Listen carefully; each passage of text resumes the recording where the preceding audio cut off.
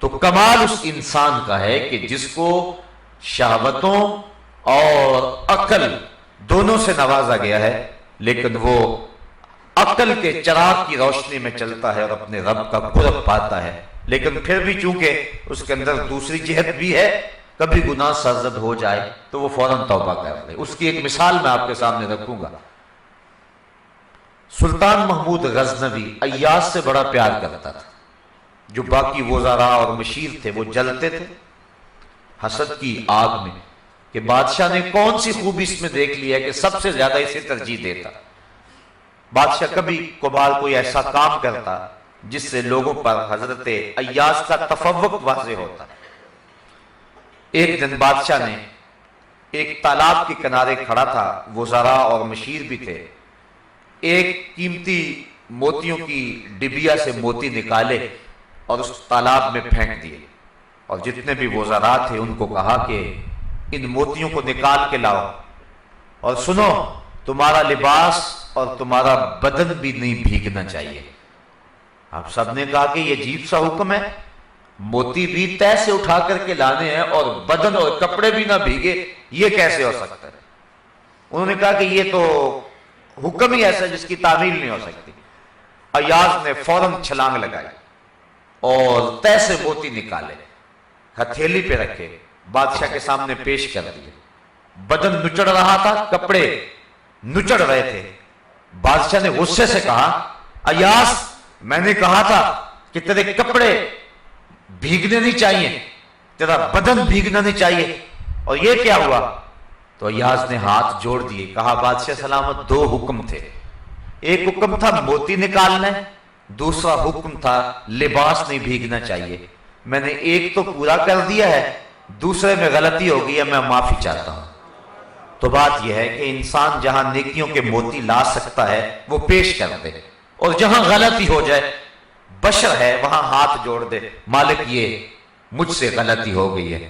تو مالک اتنا کریم ہے کہ جب بندہ اس کے حضور اپنے جرم کا اعتراف کرتا ہے، حضور نبی رحمت صلی اللہ علیہ وسلم نے ارشاد فرمایا، التائب من الذنب کمن لا ذنب لہ، گناہ سے توبہ کرنے والا ایسا ہے جس طرح اس نے کبھی گناہ کیا ہوا ہی نہیں۔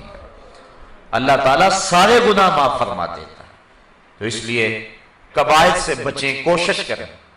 صغائر زندگی میں سرزد ہوتے رہتے ہیں تو اللہ ان سے بھی معافی عطا فرمانے والا ہے۔ اپنے آپ کو ٹھیک کریں اور شعوری طور پہ کسی گناہ کا ارتکاب نہ کریں، اور اگر کبھی گناہ سرزد ہو جائے تو پھر معذرت کر لیں۔ میرے حضور قبلہ عالم رحمت اللہ تعالی علیہ شیخ معظم آپ فرماتے ہیں، دلوں میں بری نہیں نہ نیتوں بری میں، گناہ میں تو ہو جان دے لاچاریاں، یعنی میرا دل برا نہیں، میری نیت بھی خراب نہیں ہے، لیکن لاچاری میں مجھ سے گناہ سرزد ہو جاتے ہیں۔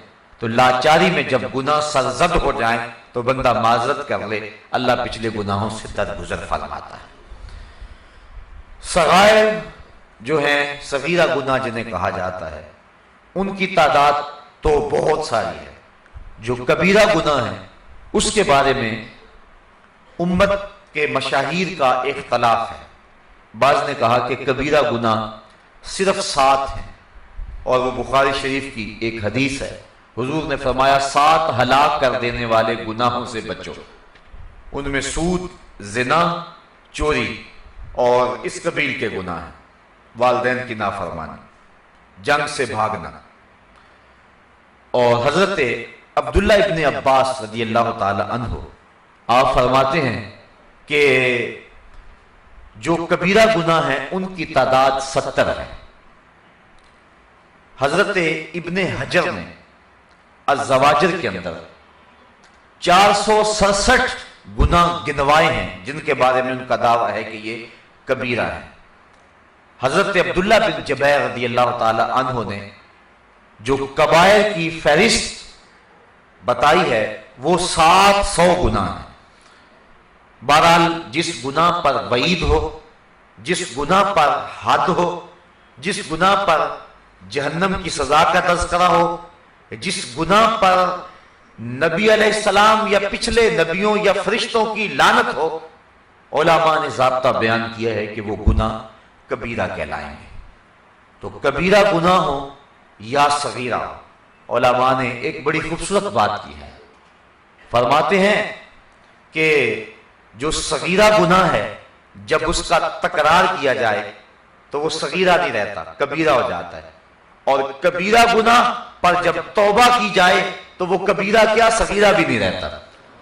تو یہ ہے کہ اگر انسان گناہ کو ہلکا جانے تو وہ ہلکا نہیں ہوتا ہے، بلکہ میں نے کہیں پڑھا ہے کہ جب بندہ گناہ کو ہلکا جانتا ہے تو اللہ کے نزدیک وہ بڑا ہوتا ہے، اور جب بندہ چھوٹے گناہ کو بھی بڑا جانتا ہے کہ مجھ سے بڑا گناہ سرزد ہو گیا تو وہ اللہ کے نزدیک جو ہے وہ چھوٹا ہوتا ہے۔ یہ اللہ تعالیٰ جل شانہ کی کرم نوازیوں کا نور ہے جو مومن پہ برستا ہے۔ بلکہ مومن کی شان بیان کی گئی ہے کہ جب اس سے گناہ سرزد ہوتا ہے تو وہ یوں محسوس کرتا ہے جس طرح احد پہاڑ کے نیچے آ گیا اور اب اس کے اوپر گر جائے گا، اسے کچل دے گا۔ اور منافق کی حالت یہ ہے کہ جب اس سے گناہ سرزد ہو جاتا ہے تو وہ یوں محسوس کرتا ہے کہ میرے جسم پہ مکھی بیٹھی تھی اور میں نے ہلکے سے اشارے سے اس کو اڑا دیا۔ جتنی تکلیف اس کو مکھی کے بیٹھنے کی ہوتی ہے اتنی تکلیف اس کو گناہ کی ہوتی ہے، لیکن جو مومن ہوتا ہے، صالح ہوتا ہے، اس کو ایسے لگتا ہے جس طرح احد پہاڑ کے نیچے آ گیا ہے۔ اور سچی بات ہے کہ جس کی چادر سفید ہوگی اس کے اوپر ایک بھی دھبا لگے گا تو تکلیف ہوگی، اور جس کی ساری چادر گندی ہوگی کوئی ایک نیا دھبا لگ جائے گا تو کوئی فرق نہیں پڑے گا۔ تو جو متقی ہے اور مومن ہے اس کے ضمیر کی چادر، باطن کی چادر ستھری ہوتی ہے تو وہ معمولی داغ بھی برداشت نہیں کرتا، اور جو منافق ہوتا ہے اس کی چادر میلی ہوتی ہے، داغ پہ داغ بھی لگتے رہے اسے پرواہ نہیں ہوتی ہے۔ جو بزرگ ہیں ہمارے، اگر ہم ان کے حالات پڑھیں تو انہوں نے اس حوالے سے بہت کچھ ارشاد فرمایا ہے کہ گناہ کے اثرات کتنے ہوتے ہیں۔ اللہ اکبر۔ حضرت ابن سیرین کہتے ہیں کہ ایک شخص تھا کنگال اور غریب آدمی، تو میں نے اس کو کہا اور اس کی غربت پر اور اس کی جو ہے وہ قسم پرسی پر میں نے تانا دے دیا۔ فرماتے ہیں کہ اس واقعہ کو 40 سال گزر گئے، 40 سال کے بعد میں خود اس مصیبت میں پھنس گیا اور میں خود مقروض ہو گیا، اور پھر مجھے یاد آیا کہ میں نے کسی کو تانا دیا تھا۔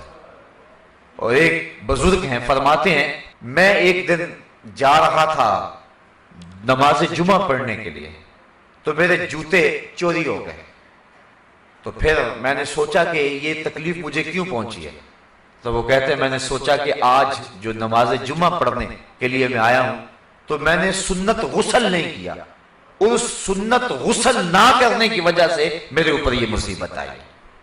یعنی ہمارے بزرگ ان چیزوں کا بھی لحاظ اور خیال رکھتے تھے۔ ایک بزرگ کہتے ہیں میں مسجد میں گیا تو ایک شخص ایک کونے میں بیٹھ کے رو رہا تھا اور کافی لوگ اور بھی وہاں موجود تھے۔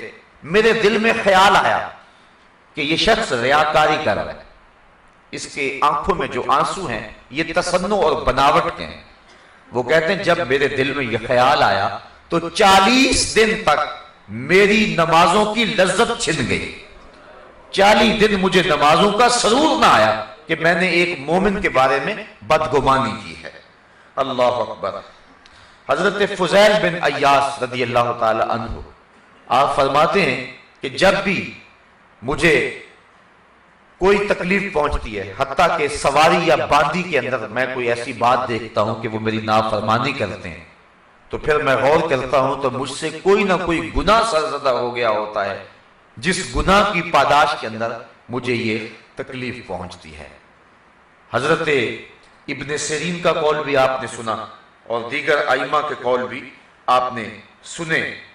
ایک بزرگ فرماتے ہیں میں نے صرف ایک دن مشکوک لقمہ کھا لیا، صرف ایک لقمہ میں نے کھایا اور وہ مشکوک تھا، تو فرمایا میں روحانیت کے اعتبار سے 40 سال پیچھے چلا گیا۔ میں اور آپ دیکھیں آج ہمارا رزق کس طرح ہے۔ حضور فرمایا ایک بندہ دور سے سفر کر کے آتا ہے اور اللہ کے گھر کعبۃ اللہ کے سامنے کھڑا ہو جاتا ہے، یمد یدیہ، اپنے دونوں ہاتھوں کو لمبا کر کے دعا مانگتا ہے اور کیا کہتا ہے اے اللہ ومطعمہ حرام ومشربہ حرام وملبسہ حرام وغذی بالحرام۔ اس کا کھانا حرام کا، اس کا پینا حرام کا، اس کا لباس حرام کا، اس کو غذا حرام کی دی گئی۔ حضور فرماتے ہیں کہ بتاؤ اس کی دعا کیسے قبول ہو؟ اگر لقمہ حرام کا ہو جائے تو دعاؤں کی قبولیت نہیں ہوتی ہے۔ تو جو گناہ ہوتے ہیں ان کے اثرات ہوتے ہیں۔ ایک قول ہے کہ الصبح تو تمنع الرزق، جو شخص صبح کو سونے کا عادی ہے تو اس کے رزق کے اندر بے برکتی آ جاتی ہے۔ جو شخص صبح صبح اٹھتے ہیں اور پھر فوراً سوتے نہیں ہیں ان کے رزق میں برکت ہوتی ہے۔ تو انسان سے جو سستیاں اور کوتاہیاں ہوتی ہیں انسان کی زندگی پر اس کے اثرات مرتب ہوتے ہیں، لیکن جب کبیرہ گناہ انسان سے سرزد ہونے لگے تو پھر اس کے کتنے اثرات ہوتے ہیں اور انسان کو کتنا نقصان پہنچتا ہے۔ اس عنوان کے ساتھ ایک ایک کبیرہ اور اس کے نقصان گنوائے جا سکتے ہیں۔ جس طرح کہ حدیث میں آتا ہے کہ جس قوم میں زنا پھیل جاتا ہے اس قوم میں ایسی بیماریاں پھیلتی ہیں جن کا علاج کوئی نہیں ہوتا۔ جس طرح کہ آج کل ایڈز ان ممالک کے اندر پوری کثرت کے ساتھ موجود ہے جہاں زنا عام ہے، اسی طرح مختلف گناہ جب کسی قوم کے اندر پیدا ہوتے ہیں تو ان کے اندر اس کے اثرات بھی پیدا ہوتے ہیں۔ یہ ایک الگ عنوان ہے اور پھر گناہوں کی ایک لمبی فہرست اور پھر ان کے اثرات بد کی فہرست، لیکن مطلق گناہوں کے سرزد ہونے سے انسان کو جو نقصان پہنچتے ہیں آج کی اس نشست میں مختصر گفتگو میں اس عنوان سے آپ کے سامنے رکھوں گا۔ گناہ کے سرزد ہو جانے سے سب سے بڑا نقصان اور سب سے بڑا اثر یہ پڑتا ہے کہ بندے کا رب اس سے ناراض ہو جاتا ہے، اور اگر اللہ تعالیٰ ناراض ہو گیا، جو خالق ہے وہ ناراض ہو گیا، تو بتائیے بندے کے پلے کیا رہا؟ اگر ماں باپ ناراض ہو جائیں تو زندگی کا چین لٹ جاتا ہے۔ انسان جتنا مرضی اونچی ہواؤں میں اڑتا پھرے اس کے قلب کو تسکین نہیں ملتی، تو جس کا رب ناراض ہو جائے چاہے وہ کائنات کے سارے حسن کو کشید کر لے اس کے دل کو طمانینت نہیں ملتی۔ طمانینت تب ہی ملے گی جب رب راضی ہوگا۔ تو گناہوں کے من جملہ اثرات میں سے یہ بنیادی اثر ہے کہ جو کوئی شخص گناہوں کا ارتکاب کرتا ہے تو اس کا رب اس سے ناراض ہو جاتا ہے۔ حضور کی ناراضگی بھی اس کو جو ہے وہ اٹھانی پڑتی ہے، اور رب کی ناراضگی اور رب سے دوری یہ اس کے لیے ایک ایسی مصیبت ہے جو اس کے اوپر آن پڑتی ہے۔ اور جب رب ناراض ہو گیا تو پھر اس کے پلے کچھ نہ رہا۔ اگر رب راضی ہے تو سب راضی ہے، اگر رب راضی نہیں ہے تو پھر کچھ بھی نہیں ہے۔ تو یہ ہے پہلا نقصان جو کہ برائیوں اور بدیوں کے نتیجے کے اندر کسی شخص کو پہنچتا ہے۔ دوسرا، جب کوئی بندہ گناہ کرتا ہے تو برزخ میں، دنیا پر اور آخرت میں اس کو سزاؤں کا سامنا کرنا پڑے گا۔ اللہ چاہے تو اپنے کرم سے معاف فرمانے والا ہے، لیکن اس کے اوپر واجب نہیں ہے کہ وہ معاف کرے۔ وہ چاہے تو سزا دے اور چاہے تو معاف کر دے۔ تو جب کوئی شخص گناہ کر کے توبہ کر لیتا ہے وہ معاف کرنے والا ہے، لیکن اگر کوئی شخص ڈٹا رہتا ہے اور گناہوں پہ جمع رہتا ہے تو اللہ تعالیٰ جل شانہ اس بات پہ قادر ہے کہ اس کو سزا دے۔ وہ سزا دنیا میں بھی ملتی ہے، وہ سزا قبر میں بھی، اور وہ سزا آخرت میں بھی۔ مختلف گناہوں کی مختلف نوعیت ہے۔ علماء نے لکھا ہے کہ بعض گناہ ایسے ہیں کہ جن کی سزا دنیا میں ضرور ملتی ہے۔ ان میں سے ایک گناہ ہے والدین کی نافرمانی۔